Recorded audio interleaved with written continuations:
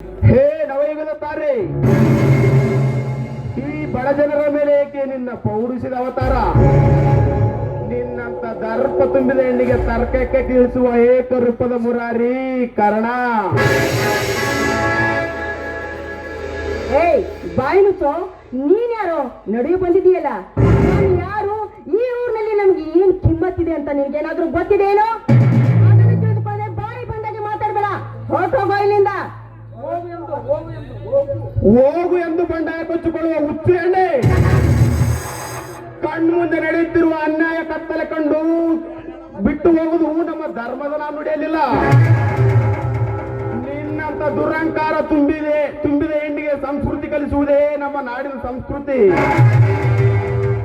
ಏಯ್ ಮುಚ್ಚ ಬಾಯಿ, ನಿನ್ನ ಸಂಸ್ಕೃತಿ ಮಾತನ್ನು ಕೇಳೋದಕ್ಕೆ ನನ್ನ ಹತ್ರ ಸಮಯವಿಲ್ಲ. ನೀನಿನ ಭಾಷಣ ಎಲ್ಲಿಯಾದ್ರೂ ಹೋಗಿ ಹೇಳು. ಆದರೆ ಹೆಣ್ಣು ಹೇಗಿರ್ಬೇಕು, ಹೆಣ್ಣು ಜಗದ ಕಣ್ಣು ಅಂತ ನನಗೆ ಚೆನ್ನಾಗಿ ಗೊತ್ತಿದೆ. ಹೋಗೋ ಇಲ್ಲಿಂದ. ಜಗದ ಕಣ್ಣು ನಿನಗೆಲ್ಲಿದೆ ಆ ಮಣ್ಣು, ಆ ಕಣ್ಣು? ತಂದೆ ವಯಸ್ಸಿನಲ್ಲಿರುವ ಈ ಮುತ್ತಜ್ಜನನ್ನು ಕಟ್ಟಿ ಬಡಿಯುತ್ತಿರುವೆಯಲ್ಲ, ನಿನಗೆಲ್ಲಿದೆ ಆ ಕಣ್ಣು? ನಮ್ಮ ಭರತ ಖಂಡದಲ್ಲಿ ಹೆಣ್ಣಿಗೆ ಬಹಳ ಗೌರವವಾದ ಸ್ಥಾನವಿದೆ, ಆದರೆ ನಿನ್ನಂತ ಎಮ್ಮಾರಿಗಳಿಗಿಲ್ಲ. ಕರ್ಣ ನೋಡು, ಬಾಯಿ ತುಂಬಾ ಬಿಡ್ತಾ ಇದೀಯಾ ಏನು? ಎಲಿ ಬಿಲ್ಲದ ನಾಲಿಗೆ ಅಂತ ಬಾಯಿ ಬಂದಾಗೆ ಮಾತಾಡ್ತಿದ್ಯಲ್ಲ. ನಾನು ಏನು ನನ್ನ ಲೆವೆಲ್ ಅಂತ ವಿಚಾರ ಮಾಡಿದ್ಯೇನು? ನೀನೇನಾದ್ರೂ ಈ ರೀತಿ ಕೋಪಿನಿಂದ ಮಾತಾಡ್ತಿದ್ಯಲ್ಲ, ಈ ವಿಷಯ ಏನಾದ್ರೂ ನಮ್ಮ ಅಣ್ಣನಿಗೆ ಹೇಳಿದ್ರೆ ಸುಮ್ಮನೆ ಬಿಡ್ತಾನಂತ ತಿಳ್ಕೊಂಡಿದೀಯಾ? ನಿನ್ನನ್ನು ಈ ಊರು ಬಿಡಿಸ್ತಾನೆ, ಅಷ್ಟೇ ಮಾಡ್ತೀನಿ. ನಿನ್ನಂತ ನೀಚನಿಗೆ ಈ ಊರು ಬಿಟ್ಟು ಕಳಿಸಿದಾಗ್ಲೇ ನನಗೆ ಶಾಂತಿ. ಒಂದು ವೇಳೆ ಹಾಗೆ ಮಾಡಿದ್ರೆ ನನ್ನ ಹೆಸರು ಪೂಜಾ ಲಕ್ಷ್ಮಿ ಎಲ್ಲ ಬರ್ತೀನಿ.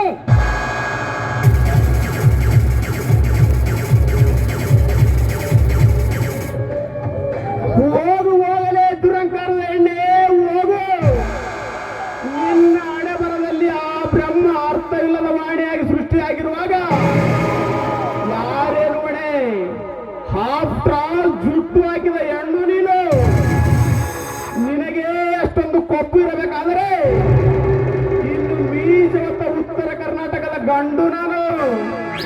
ನನಗೆಷ್ಟಿರಬೇಡ ಪೊಗರು. ಮಗು, ನನ್ನ ದೇವರಂತೆ ಬಂದು ನನ್ನ ಕಾಪಾಡಿದಪ್ಪ. ಅಜ್ಜ, ನೀವು ನಮ್ಮ ದೇಶದ ಆಸ್ತಿ, ಮೇಲಾಗಿ ನಮ್ಮಂತ ಯುವಕರಿಗೆ ಆಶೀರ್ವದಿಸಬೇಕೇ ಹೊರತು ಈ ರೀತಿ ಮಾತನಾಡಬಾರದು ತಾತಯ್ಯ. ನಮ್ಮ ಊರಿನ ದಾನ ಸೂರ ಕರ್ಣ ರಾಯಣನೇ ಎದ್ದು ಬಂದಂತಾಯ್ತಪ್ಪ. ಯಾವ ಊರಿಗನಪ್ಪ ಇದು?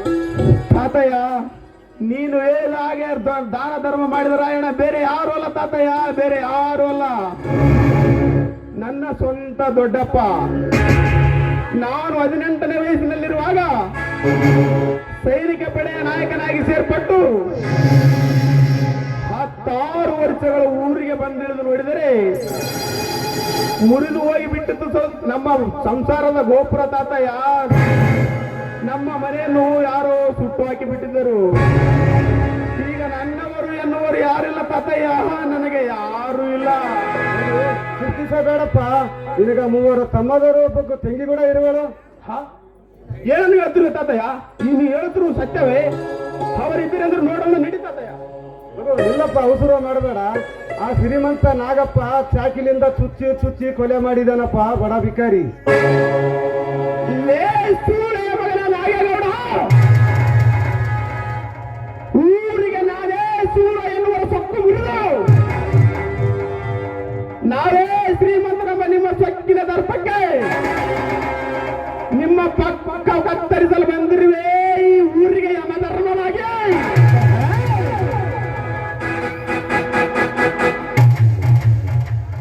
ಲೇ ನಾಗ, ನಿನ್ನಾಟದ ಮೇಲೆ ಈ ಬಡವರ ಮೇಲೆ ಚಟ ತೀರಿಸಲು ಬಂದರೆ ಚಟ್ಟ ಕಟ್ಟಿ ಚಮಾಯಿಸಬೇಕಾಗುತ್ತದೆ ನಿನ್ನ ಕೆಟ್ಟ ಹೃದಯ ದೇಹವನ್ನು.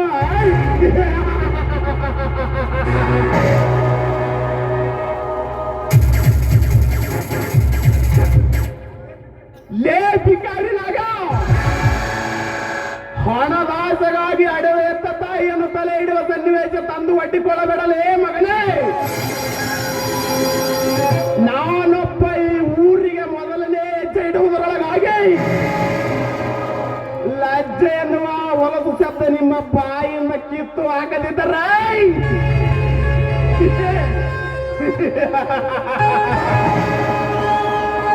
ನನ್ನ ಹೆಸರು ಕಾರಣ ಸಾಗರನೇ ನಗೆ ಲೇ ನಾಗ